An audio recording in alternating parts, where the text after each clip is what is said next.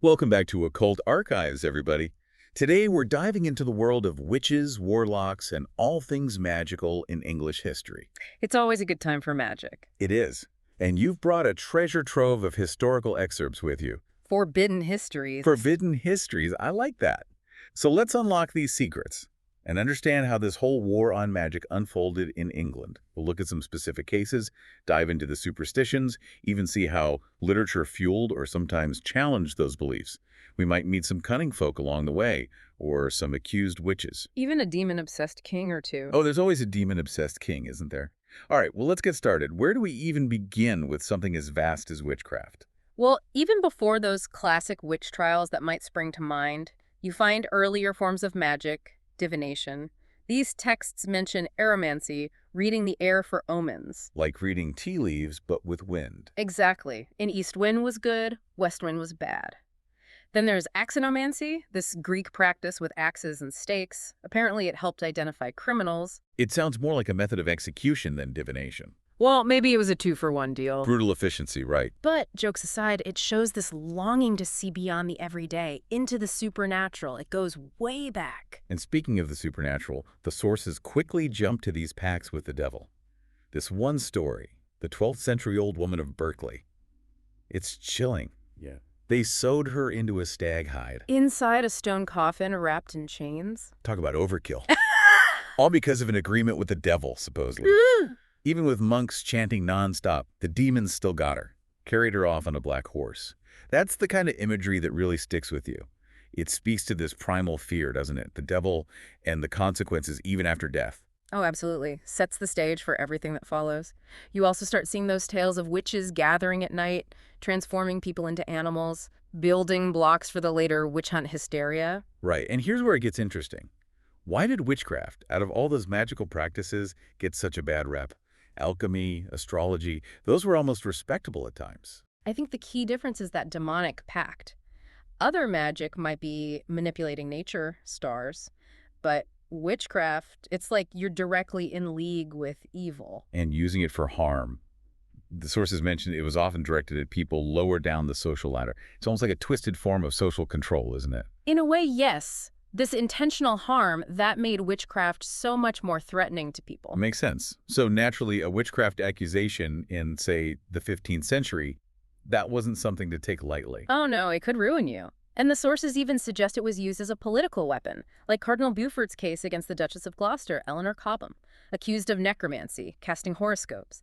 Now, those practices weren't always seen as evil, but in this context... In a political context, it gets murky. Exactly. Her associate, Roger Bolingbroke, supposedly this astronomy whiz, they even paraded him around with his so-called dark arts tools. It's a power play. It's interesting, the legal side of things. Early on, there wasn't a clear path for witchcraft trials. The sources mention a case from Edward III's reign. A guy with a skull, a sorcery book. Nothing really happened to him. Just a slap on the wrist. Swore an oath, and they burned the book at his expense. Like, here you go, problem solved. More of a community nuisance than a criminal, right? But then, boom, 1541, this act of parliament changes everything. Game changer. Now, witchcraft is a capital crime. Doesn't matter if you actually hurt anyone, just thinking about it, practicing it, that's enough. Whoa, so suspicion equals death sentence. Pretty much. It shifted everything. Witchcraft goes from whispers and rumors to a crime punishable by death officially. And during Elizabeth I's reign, you really see the consequences. Witches being burned becomes more common.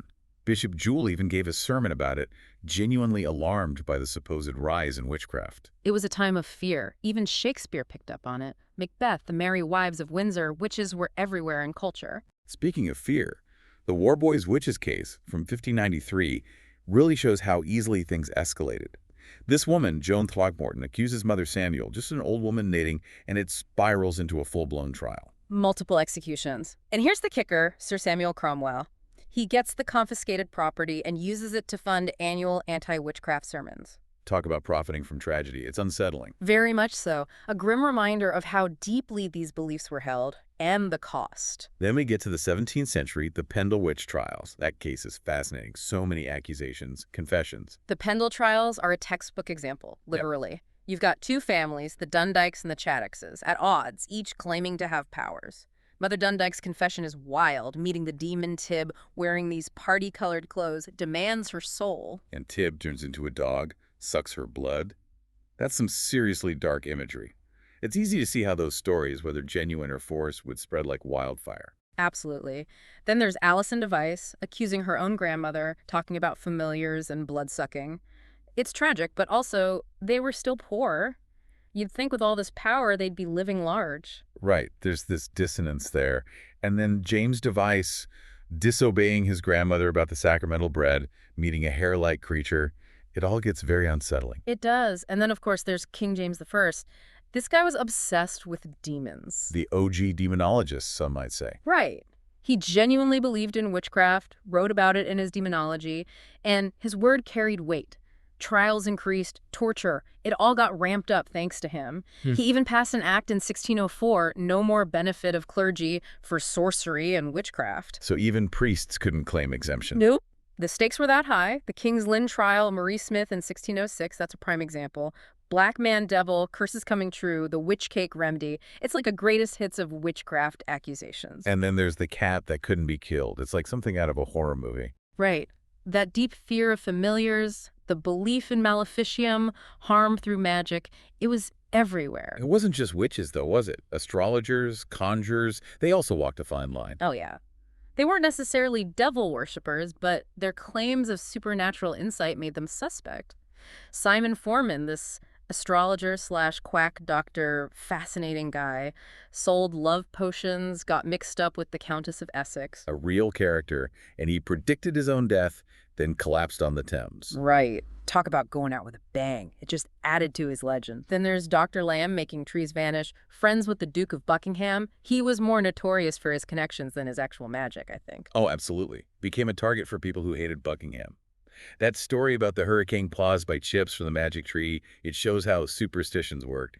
And he ended up murdered by apprentices. Mob justice. Public opinion, it could turn deadly. Now, William Lilly, he was different. More of a showman, even made fun of his fellow astrologers. That treasure hunt at Westminster Abbey with the sudden wind, that's quite a tale. Oh, Lilly loved a good story. That Evans teleportation story, who knows if it's true, but it shows what people were willing to believe. And blaming the skeptical onlookers for messing up the treasure hunt, that's classic Lilly. It's almost like he's playing with the whole idea of belief and deception. Definitely. But amidst all this, some people were actually pushing back against the witch hunt hysteria. Thank goodness for that. Reginald Scott's discovery of witchcraft. That's a landmark work, so level-headed for the time. Directly challenged the evidence used against witches. He was ahead of his time. George Gifford's dialogue concerning witches, that also tried to bring reason into the discussion. You've got Samuel, the believer, and M.B., who starts out believing but becomes skeptical. Represents the internal struggle, right? And Goodwife R clinging to tradition.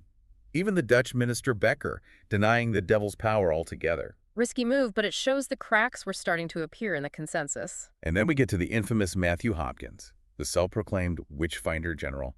He's like a villain from a horror story. Hopkins, he represents the worst of it all. The opportunism, the cruelty. His methods were bogus, designed to get confessions, and he got paid per execution. That poor clergyman, Mr. Lewis, accused and killed based on a forced confession. It's chilling. No one was safe.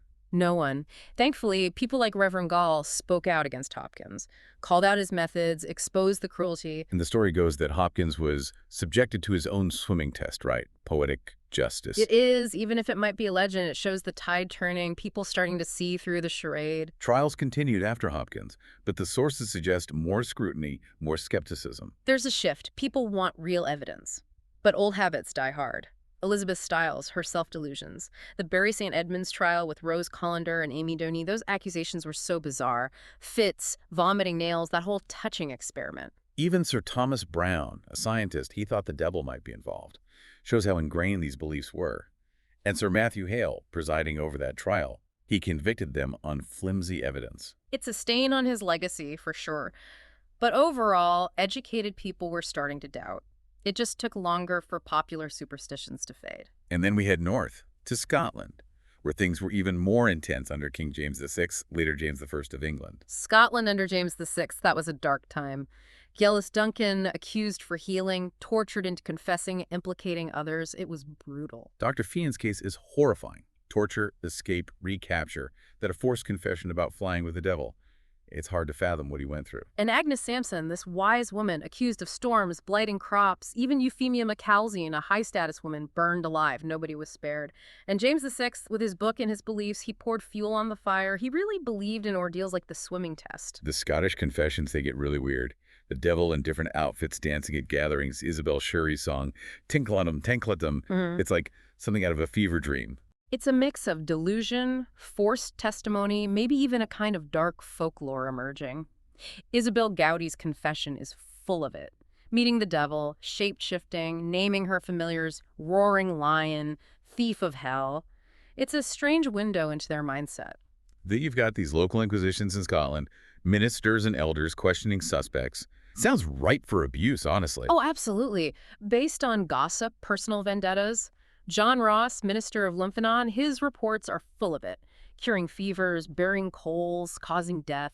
Sometimes the presbytery was skeptical, but the system was flawed. Helen Fraser's case, so many detailed accusations, it's absurd. But she was convicted, and they even bought extra coal for the burning. It's a dark reminder that this wasn't just about uneducated people. Francis Bacon, Sir Thomas Browne, even Thomas Hobbes, they all believed in this stuff. It was a widespread belief, even among intellectuals. Del Rio, the authors of the Malleus Maleficarum, big names. But you also have those who push back. Erastus, Wierus, advocating for mercy, and of course, Reginald Scott. They paved the way for a more skeptical future. So as we wrap up this journey into the dark side of English history, it's clear that this period was filled with fear, superstition, but also glimmers of reason, people brave enough to question the narratives. What struck you the most about these accounts? What questions remain about how belief and fear can shape history, even today?